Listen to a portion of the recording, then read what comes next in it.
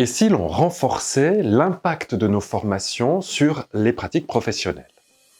Pour cela, au CEP, nous avons développé un principe simple, mais puissant, le principe du 60-30-10. Le principe du 60-30-10 est non seulement notre norme de qualité, mais aussi le moyen d'optimiser les temps de formation et de s'assurer du développement des compétences.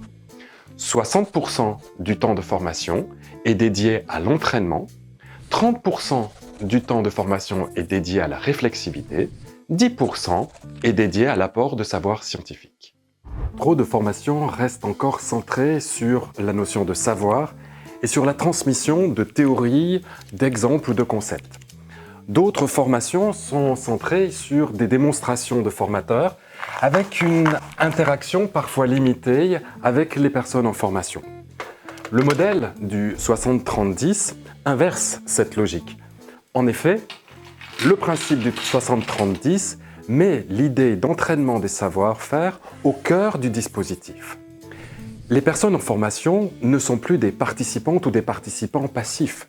Ils deviennent véritablement des actrices et des acteurs du développement de leurs compétences.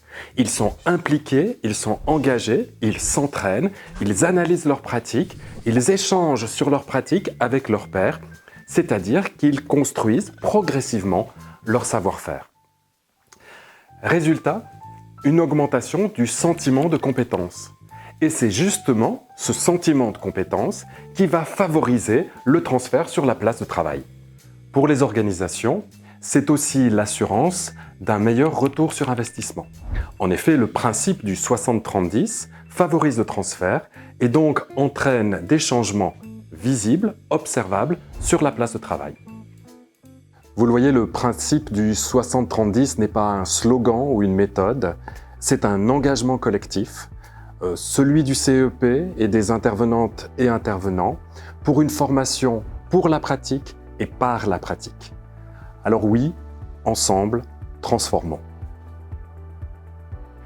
Une dernière, et puis après pour mon